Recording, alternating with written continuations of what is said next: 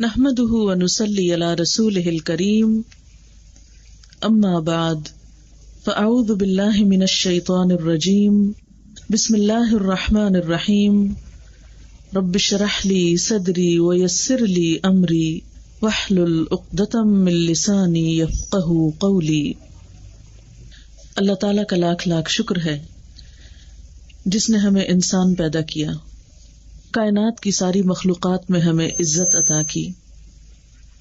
اس کا احسان ہے ہم پر کہ اس نے ہمیں مسلمان گھرانوں میں پیدا کیا، اس لیے کہ اسلام انسان کو ملنے والی نعمتوں میں سب سے بڑی نعمت ہے، جس پر ہم اس کا جتنا بھی شکر ادا کریں کم ہے۔ لیکن اسلام کیا ہے؟ اسلام زندگی گزارنے کا طریقہ ہے۔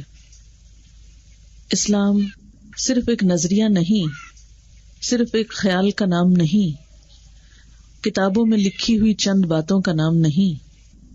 اسلام ایسے طریقوں کا نام ہے، ان ہدایات کا نام ہے جن پر عمل کر کے ہم اپنی اس زندگی کو بھی سنوار سکتے ہیں اور اپنی آخرت کو بھی، جو ہمارا ہمیشہ ہمیشہ کا گھر ہے۔ اسلام کے لفظی معنی ہیں سلامتی۔ گویا یہ ایک ایسے طریقے کا نام ہے کہ جو انسان کو سلامتی کی راہ پر چلنا سکھاتا ہے۔ اسلام کا معنی پیس بھی کیا جاتا ہے۔ گویا اسلام وہ طریقہ ہے جس پر اگر عمل کیا جائے تو ہماری زندگیوں میں پیس، سکون اور امن ہو سکتا ہے۔ کائنات کی تمام چیزیں جن کی طرف بھی ہم نظر دوڑاتے ہیں، ان کے اندر ایک خاص قسم کا سکون نظر آتا ہے۔ اسلام کا ایک معنی فرما برداری اور تابع داری بھی ہے۔ ہم اپنے آس پاس دیکھتے ہیں، دائیں بائیں دیکھتے ہیں، اوپر نیچے دیکھتے ہیں تو زمین و آسمان کی بہت سی چیزوں کو دیکھ کر ہمیں سکون کا احساس ہوتا ہے۔ نیلے آسمان کو اگر آپ نظر جما کر دیکھیں تو آپ دیکھتے ہی رہ جائیں گے۔ اسے دیکھ کر آپ کے اندر ایک وسعت اور سکون کا احساس ہوتا ہے۔ سمندر کو دیکھیں تو خواہ اس کے اندر لہریں پائی جاتی ہیں، لیکن موجیں مارتے ہوئے سمندر کو دیکھ کر بھی، پانی کی وسعت کو دیکھ کر بھی ایک گہرے سکون کا احساس ہوتا ہے۔ اسی طرح زمین پر پایا جانے والا سبزہ، درخت، پہاڑ، پرندے، پھل، پھول، یہ سارے نظارے، یہ ساری چیزیں ایک سکون کا احساس دلاتی ہیں۔ کیوں؟ اس لیے کہ یہ سب کی سب اپنے رب کی تابع دار ہیں، رب کی فرما بردار ہیں، رب کی اطاعت گزار ہیں۔ تو ایک انسان بھی جب اپنے رب کا تابع دار ہوتا ہے، رب کی فرما برداری کرتا ہے اور پورے یقین کے ساتھ، شوق کے ساتھ، تو اس کی زندگی میں بھی سکون پیدا ہوتا ہے۔ بظاہر اس کی زندگی میں مشکلات ہی کیوں نہ ہوں، لیکن اس کے دل میں ہمیشہ اطمینان ہوتا ہے۔ قرآن پاک میں اللہ سبحانہ و تعالی نے دین پر عمل کرنے والوں کے لیے اسی سکون کی خوشخبری دی ہے۔ الا ان اولیاء اللہ لا خوف علیہم ولا هم يحزنون، خبردار رہو اللہ کے دوست، ان کو نہ خوف ہوتا ہے نہ وہ غمگین ہوتے ہیں۔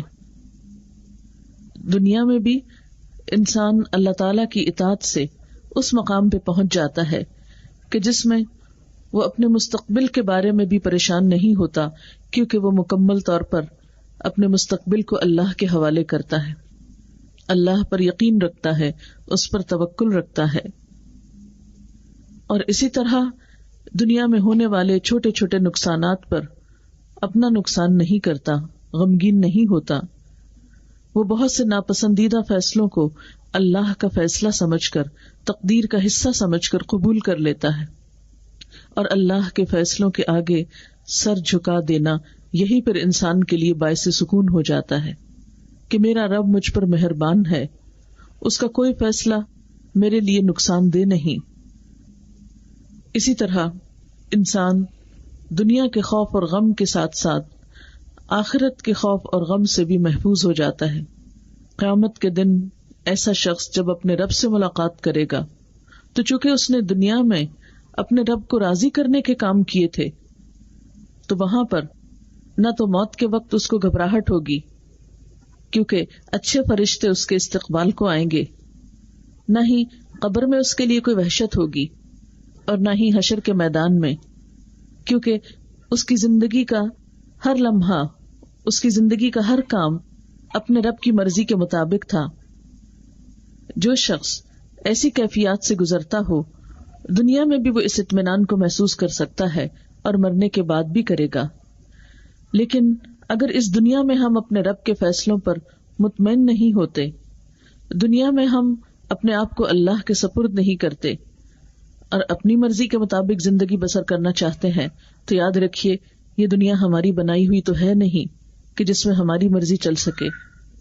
یہ تو جس کی بنائی ہوئی ہے اسی کے مرضی کے مطابق ہی سب کام ہوں گے۔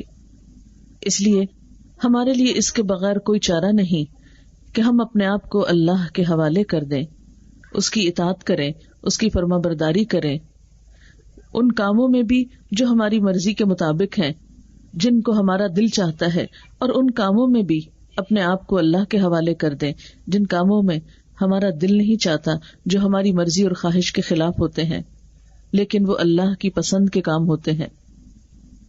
زندگی کے سفر میں ایسے ہی بہت سی چیزوں میں انسان کے اوپر بہت سی کیفیات گزرتی ہیں۔ انسان محض اس گوشت پوشت کا مجموعہ نہیں، صرف ہڈیوں کے ڈھانچے پہ گوشت ہی نہیں پہنایا گیا۔ اللہ تعالیٰ نے انسان کو مختلف چیزوں کا مجموعہ بنایا ہے۔ انسان کے اندر دل بھی ہے، دماغ بھی ہے، سوچ بھی ہے، انسان کے اندر خواہشات اور جذبات بھی ہیں، خیر کا جذبہ بھی ہے اور اس کے اندر شر بھی ہے۔ فَأَلْهَمَهَا فُجُورَهَا وَتَقْوَاهَا، انسان کے اندر فجور بھی ہے اور تقوی کی صلاحیت بھی ہے۔ اب یہ ہر شخص پر منحصر ہے کہ وہ اپنے خیر کی قوت کو بڑھاتا ہے یا شر میں آگے جاتا ہے۔ بہرحال یہی ہر انسان کا ایک امتحان ہے کہ اس دنیا میں رہتے ہوئے ان دونوں آپشنز میں سے کون سی آپشن کو لیتا ہے۔ تو بہرحال انسان کے اوپر گزرنے والی کیفیات، انسان کے دل میں اٹھنے والے خیالات اور انسان کے ذہن میں پیدا ہونے والی سوچیں، ان سب چیزوں کا اگر جائزہ لیا جائے تو انسان رنگا رنگ چیزوں کا مجموعہ ہے، اور کچھ کیفیات تو ایسی ہوتی ہیں انسان جن پر قابو پا لیتا ہے، لیکن کچھ چیزیں انسانی نفس کے اندر ایسی ہوتی ہیں کہ جن کی اصلاح کے لیے انسان کو باقاعدہ کوشش کرنی پڑتی ہے۔ وہ کون سی خرابیاں ہیں، وہ کون سی خواہشات ہیں جو انسان کے لیے نقصان دہ بھی ہیں اور جن کو انسان کے اندر سے نکالنے کے لیے اور ان کو درست رنگ میں ڈھالنے کے لیے انسان کو باقاعدہ کوشش کرنی پڑتی ہے۔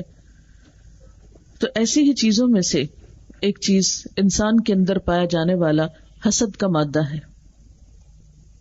کہا جاتا ہے کہ حسد وہ کیفیت ہے یا وہ گناہ ہے کہ جو سب سے پہلے آسمان پر ہوا اور زمین پر بھی سب سے پہلے اسی کا ارتکاب ہوا۔ آسمان پر کس طرح کہ اللہ تعالیٰ نے جب آدم علیہ السلام کو پیدا کیا تو اس سے پہلے زمین پر جنات رہا کرتے تھے۔ انسان کی آمد پر، انسان کی پیدائش پر جنوں کے سردار یا جنوں کے بڑے ابلیس کو حسد ہوا۔ اللہ تعالیٰ نے جب باقی مخلوق کو یہ حکم دیا کہ وہ انسان کو سجدہ کریں، خاص طور پر فرشتوں کو اور اس کے ساتھ ساتھ جنات کو بھی، تو ابلیس نے سجدے سے انکار کر دیا۔ اس انکار کی کیا وجہ تھی؟ انسان سے پایا جانے والا حسد، اور اس وقت ابلیس نے کہا تھا کہ میں کیوں سجدہ کروں، انا خیر منہ، میں اس سے زیادہ اچھا ہوں، خلقتنی من نار وخلقتہ من طین، کہ مجھے تو نے آگ سے بنایا اور اس کو مٹی سے بنایا۔ اور اصل جلن کس بات کی تھی کہ اس کو مجھ پر فضیلت کیوں ملی، اس کو میرے مقابلے میں بڑا کیوں سمجھا گیا یا بڑا کیوں قرار دیا گیا۔ جیسے عموماً ایک بچے کی پیدائش کے بعد دوسرا بچہ آتا ہے تو پہلا بچہ دوسرے بچے کو ماں کی گود میں بیٹھنے ہی نہیں دیتا، اس کو دھکیلتا ہے، اس کو نکالتا ہے کہ اس جگہ مجھے بیٹھنا ہے، یہ تو میری ماں کی گود تھی، تم کہاں سے آ گئے. اور بعض اوقات آپ نے دیکھا ہوگا کہ کچھ بچوں کے اندر یہ مادہ اتنا زیادہ ہوتا ہے کہ وہ چھوٹے بچے کو نقصان تک پہنچاتے ہیں.